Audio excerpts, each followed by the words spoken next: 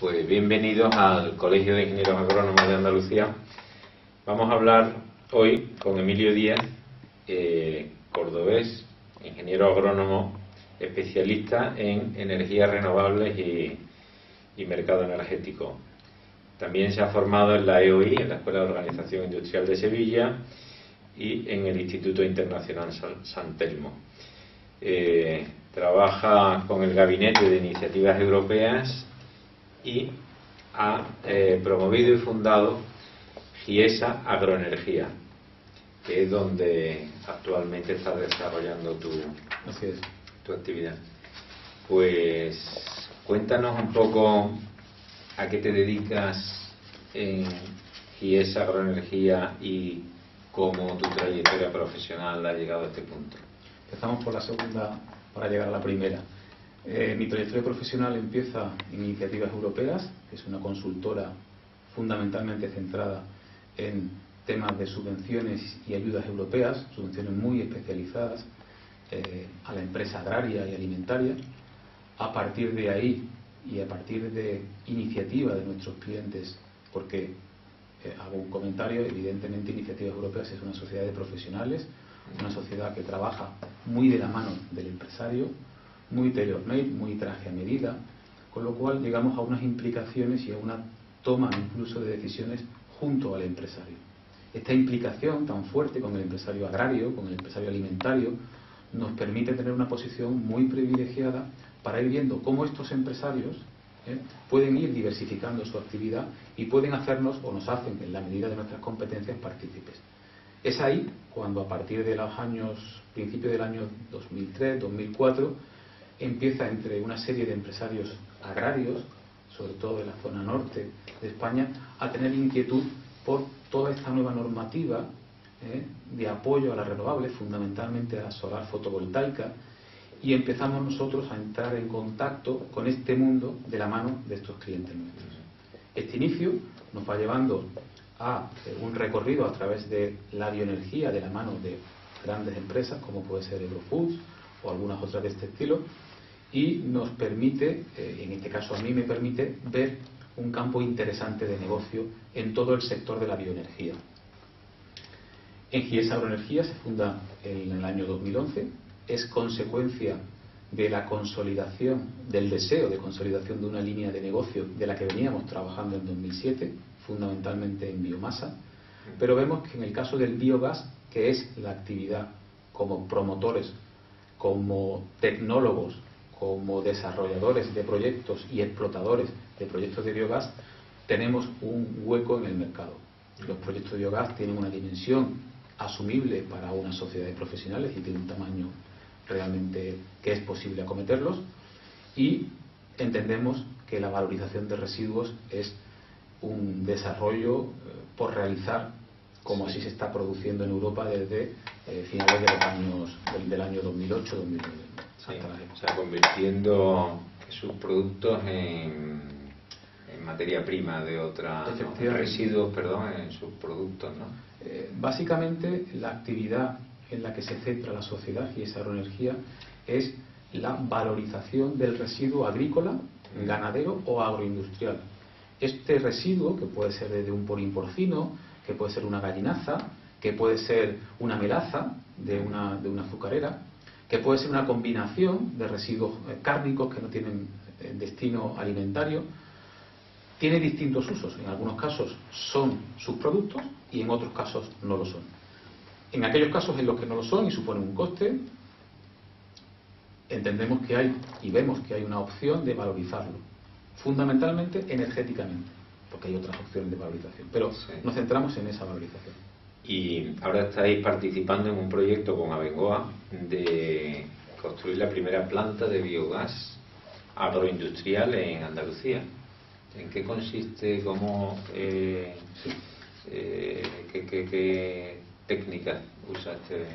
Nosotros en el 2012 tenemos la visión que el sector del biogás, que entonces las plantas existentes estaban todas asociadas al régimen de primas eléctrico, este régimen ya veíamos que no era sostenible, ya empezaban los primeros problemas de burbuja eléctrica y de primas.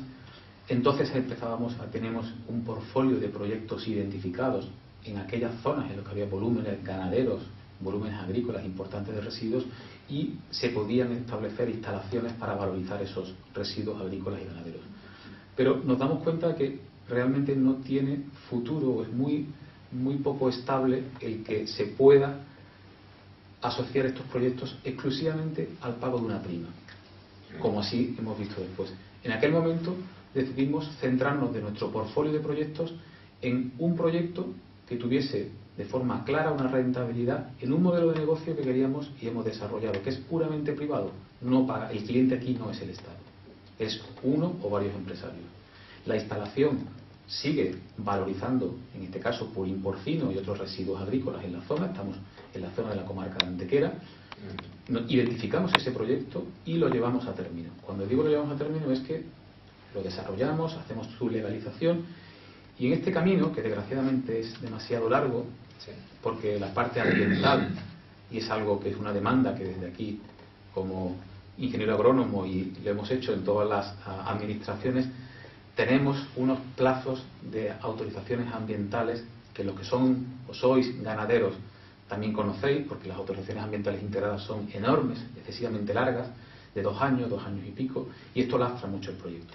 Desgraciadamente, por eso este proyecto ve la luz ahora, empieza en 2012 y ve la luz ahora, y es Abengoa la que ve con un proyecto identificado, formulado y desarrollado la opción de acometerlo como inversor y hacer una explotación conjunta. Somos los tecnólogos, somos los que hemos determinado el proceso. Ahora hablaremos un poquito, si quieres, de en qué consiste exactamente esto. Sí, brevemente, sí, nos gustaría saberlo. Y ellos ven ahí una oportunidad, y vemos conjuntamente una oportunidad de negocio, ojo, no solo en España, sino también y sobre todo, como tienen ellos, fuera de España, en Latinoamérica. Por tanto, Abengoa adquiere el proyecto en un acuerdo en el que nosotros conjuntamente con ellos explotaremos esta planta y va a dar servicio a 2 clientes. Uno es una fábrica de piensos, al que se le suministra gas para sus necesidades térmicas, fundamentalmente de granulación, y a una serie de núcleos de recría de pavo de la empresa Procavi. Procavi es líder avícola en España y es del grupo Fuertes. Está creciendo mucho el consumo de pavo. Efectivamente. Estas empresas, y también vamos un poco al marco de que son este proyecto, ¿y dónde está la utilidad de estos proyectos? Estos proyectos nacen y deben servir para dar servicio energético a clientes que lo demanden. En nuestro caso, térmico, por los problemas y la regulación tan complicada que eléctrica. Nos centramos siempre en el producto térmico, calor. Por tanto, evidentemente, necesitamos unos consumidores de calor en las cercanías de la planta. Esta planta tiene que estar, a su vez, en una zona cercana a la generación del residuo, en este caso, fundamentalmente purín porcino, en torno a un 70%. Son instalaciones que manejan un enorme volumen, son instalaciones que manejan fluidos. Sí. El purín, junto con los residuos, tiene un 10, un 12% de materia seca. Estamos bombeando fluidos. Sí. Y el bombeo y el transporte de fluidos es muy caro. Por tanto, en nuestro caso, el suministro de purín va canalizado desde la granja hasta la instalación. La canalización tiene mayor dimensión, estará en torno a 800, 900 metros. Está en las cercanías de las granjas. Son grandes granjas de madres y de lechones y de cebo que suministran este purín. Llega bombeado, y el proceso nuclear es muy conocido por todos los ingenieros agrónomos. Es el que se da en el rumen de un rumiante. Es una digestión anaerobia, es una fermentación anaerobia que se conoce muy bien. Es una técnica muy depurada a nivel industrial de hace 50, 60 años. Piensa que en Alemania hay 7.500 plantas de biogás. Sí, 7.500 plantas. Aquí hay 30. El purín es un problema ambiental en enorme. muchas ocasiones. Sí. Esta planta se sitúa en una zona sensible a la contaminación por nitratos. Toda la zona de Campillos, Teba, al margen, tiene una cabaña ganadera muy importante. Pero además tiene una industria auxiliar que nos permite la instalación de esta planta. ¿Quién gana? Es un proyecto bonito, es un círculo en el que el productor de residuos evita un problema. En su autorización integrada, en su parte ambiental, no tiene residuo. Tal como se produce, se bombea y se elimina el residuo. Ojo, no olvidemos que esto es muy importante para una nave de 1.000, 2.000 animales. Por otra parte, el industrial pasa de utilizar propano o GNL. Pensemos que estas industrias, estas instalaciones se ubican en zonas rurales. No estamos hablando de un polígono industrial de Madrid ni de Sevilla. No son zonas gasificadas, con lo cual los costes de GNL o de propano son bastante altos y además le lastran mucho la competitividad. Por tanto, mejoramos la competitividad del industrial, en este caso la fábrica de pienso, y de las necesidades térmicas de los núcleos de recría avícola. Necesitan calefacción, estamos hablando de pequeños animales de 2 días hasta los 28 días que tienen que estar a una temperatura constante prácticamente todo el año. Va variando, obviamente, entre verano e invierno, pero necesitan demanda de calor todo el año. Pero te digo más, a raíz de esta iniciativa ya nos están demandando y nos han demandado posibilidad de dar suministro de calor no a instalaciones agrarias o industriales, sino, por ejemplo, a un colegio. Te cuento otra particularidad. Nosotros nos hemos aventurado, porque es una aventura, a hacer una canalización de gas. El gas, desde la zona que se produce hasta donde se consume, estando en las cercanías, pero bueno, hemos hecho canalizaciones independientes de hasta 8, 10, 12 kilómetros.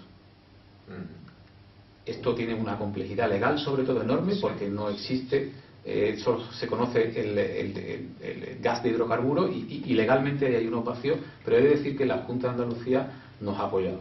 Nos ha apoyado lo suficiente para que estemos hoy aquí y sigamos. Estos medios alternativos de generación entonces son ya presentes, ¿no? Aunque tú ves que tienen futuro. No, son presentes. Es decir, pensad que las 3 principales compañías eólicas del mundo están aquí, tienen sede en España. Las principales empresas energéticas, renovables y no renovables, españolas, están asentadas básicamente en todo el mundo. Los medios renovables están para quedarse, irán evolucionando. Hay desde eólica que están muy desarrolladas. Sabemos que durante varios días al año, cada vez más, todo el consumo del país es abastecido por energía eólica. Tiene una limitación que es no gestionable. Pero esas limitaciones se van limando. Hace unos días hemos asistido a la interconexión de España con Francia. Si somos excedentarios en oferta energética, puede consumirla Europa. Si somos deficitarios, podemos comprar. Y además reducirá y mejorará el precio de la energía. ¿Qué factores claves crees tú que se pueden atribuir a España para ser tan innovador en el tema de renovable? Yo te diría que las empresas energéticas renovables tienen, creo que podemos hablar de 4 factores. El primero es el I+D+I. Son empresas que han hecho una innovación muy potente. El segundo, y casi pondría el primero, es la internacionalización. Son empresas que en los años 90 salieron fuera. Están todas instaladas y algunas de ellas tienen fundamentalmente su negocio más fuera de España que dentro. El tercero ha venido dado por la burbuja. Y es que han desapalancado muchísimo, es decir, han reducido su grasa, han quitado activos innecesarios. Y el cuarto te diría que es un dinamismo enorme. Están continuamente viendo dónde pueden tener su hueco de mercado, ven el mercado global, Sudamérica, Asia. Yo creo que esos 4 factores de este sector hace que hoy, a pesar de una burbuja enorme y de unos varapalos enormes eléctricos, algunas grandes compañías hayan sufrido relativamente poco y sigan vivas. Y el ingeniero agrónomo tiene un perfil adecuado para este tipo de negocios, de empresas, de actividad. Bueno, por supuesto, yo te voy a decir que en el agroenergético sin duda, pero en el sentido amplio. Sin duda, es decir, evidentemente en el agroenergético es inmediato. Realmente, cuando hablamos de transformar materia orgánica en energía, ya sea por biogás, ya sea por biomasa, con combustión, con gasificación, con cualquier procedimiento, realmente quien conoce la materia prima, quien conoce cómo se comporta esa materia prima, cómo mejorarla incluso genéticamente, por conocimiento es ingeniero agrónomo. Con lo cual, de forma natural estamos ahí. Piensa también que muchas de estas energías que se pueden alejar algo más de la parte bio, como puede ser la eólica, como puede ser la hidráulica, están muy en conexión con el medio agrario. Muy en conexión. por una sencilla razón. El viento sopla en muchos sitios, pero realmente donde se puede aprovechar es donde hay espacio. Sí, el medio está ahí. Y el medio lo conocemos nosotros. Por la parte, por ejemplo, eólica, pero por la parte hidráulica, ojo, la hidráulica es una renovable, exactamente igual. Hombre, no te diría, iba a decir la nuclear no es renovable, pero como energía, evidentemente nos pilla muy lejos, nos deja muy lejos. Pero estas energías fundamentalmente no. Sí, y hay mucha tarea, ¿no?, por hacer. Yo te diría que creo que está todo o casi todo por hacer.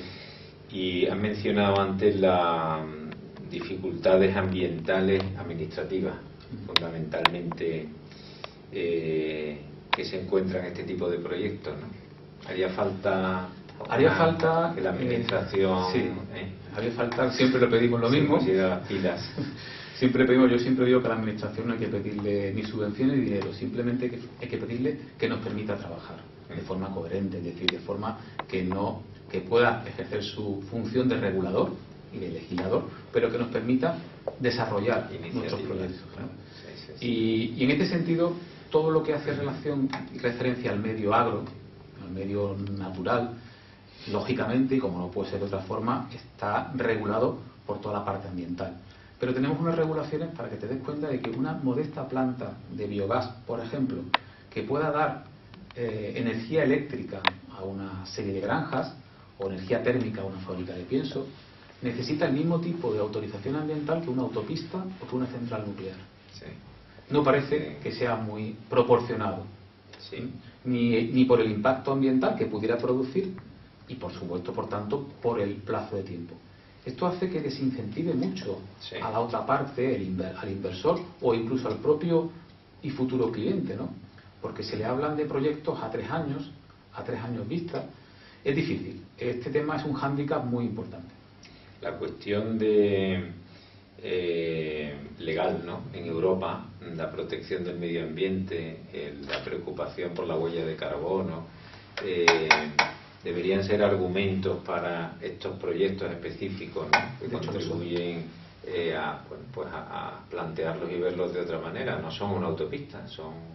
Es más, en este proyecto que hemos comentado antes, este proyecto en el que está construyendo Bengoa y que hemos promovido nosotros, fue el primer y único proyecto de una convocatoria que se llama Clima, que lleva funcionando y que puso en marcha la Oficina Española de Cambio Climático, que depende del Ministerio de Agricultura, y que puso en marcha en el año 2012. Se trataba, esa era una convocatoria piloto, de atraer proyectos que redujeran las toneladas de CO2 equivalente de sectores que no están regulados por el protocolo de Kioto. El agrícola y el ganadero no está regulado, y la emisión de metano por parte de los residuos ganaderos es enorme. El metano tiene un potencial de contaminación en torno a 20-21 veces el del CO2. Con lo cual, todos aquellos proyectos que permitan transformar esas toneladas que de forma natural se están vertiendo por balsas de metano a la atmósfera son proyectos que son muy apoyados. Lo han sido y lo están siendo desde el año 2012 y, como te digo, fue el único proyecto que se apoyó. Y lo que hace, y es una iniciativa que desde aquí espero que también desde el colegio creo que es muy interesante, se acompañe, incluso se intente replicar, ¿por qué no?, en Andalucía, o complementar, de adquisición. No hablamos de una subvención, hablamos de adquisición de las toneladas evitadas con ese proyecto. Situación antes, situación después. Hay un proyecto que evita la emisión a la atmósfera. Esas toneladas que se evitan se pagan a un precio. Tiene un valor económico. Tiene un valor fijado, porque hay un único comprador, que es el Estado, en un contrato bilateral, y que mediante la certificación por parte de un tercero que se están evitando mediante ese proyecto, se pagan. Es una fuente de ingreso. Esto va a más, es muy modesto todavía, pero va a más y está muy apoyado y quiere seguir estándolo apoyado desde Bruselas. Hace unos días se ha propuesto, están todavía en borradores, una reducción del 60% de la emisión de gases de efecto invernadero respecto a la situación de los años 90. Se está moviendo muchísimo a nivel europeo, como no puede ser de otra forma, todas aquellas iniciativas, y los ingenieros agrónomos, y en nuestro medio hay mucho que hacer, que redunden en la reducción de CO2. Y hay mucho que hacer, sobre todo por la cabaña ganadera. Ojo, no nos olvidemos también que hay emisiones que provienen del residuo agroindustrial o alimentario también. Sí, habría un día que estudiar el balance agrario, ¿no? Hay un estudio que os puedo facilitar. Perdón, pero puede haber un comercio interempresas de. Exacto. Ese es el paso con que también. valor económico fijado, ¿no? De claro. CO2.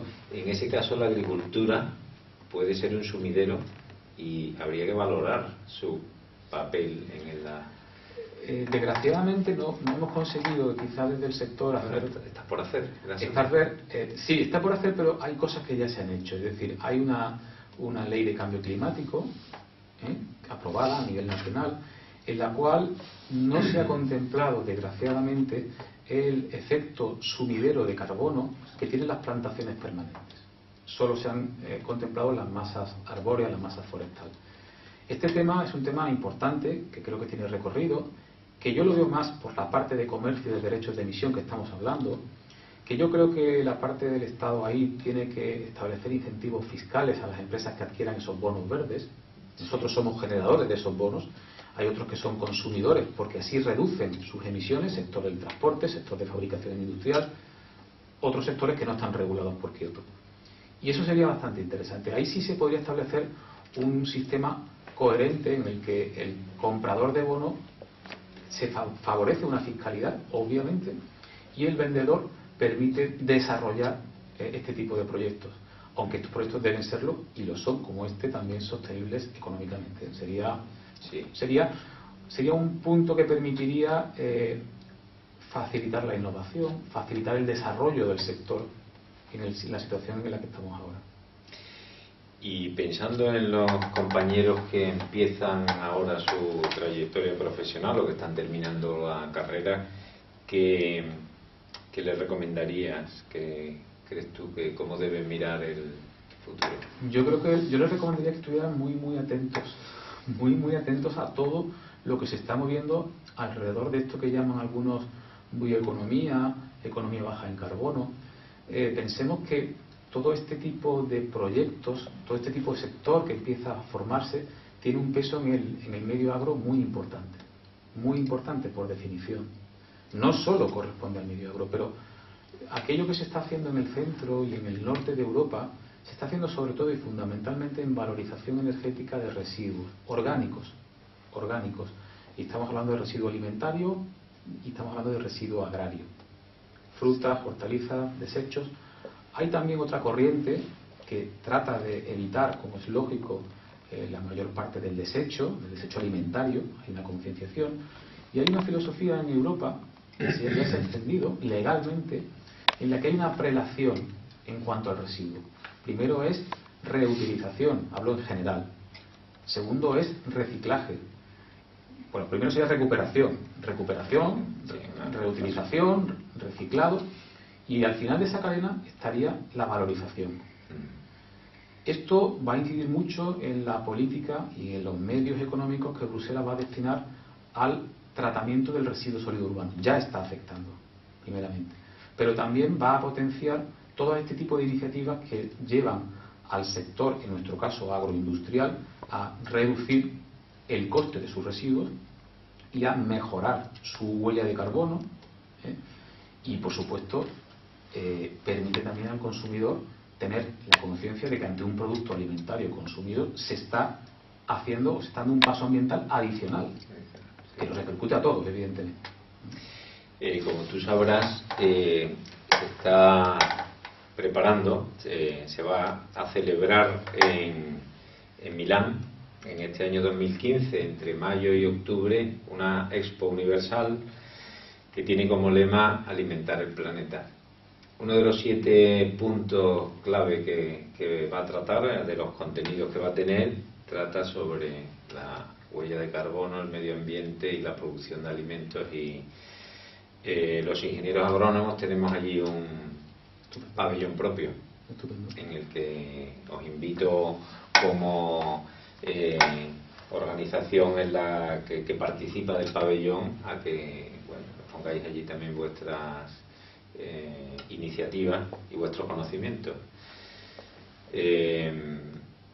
También quería que me dijeras qué crees tú que para qué puede servir el colegio en este sector de aquí para adelante? ¿Qué podemos hacer nosotros mejor? Que yo creo que aquí, y precisamente por todo lo que venimos hablando de este sector, de esta nueva economía que llaman baja en carbono, de toda esta parte que rodea a lo que es la valorización energética de residuos, todo esto está comenzando.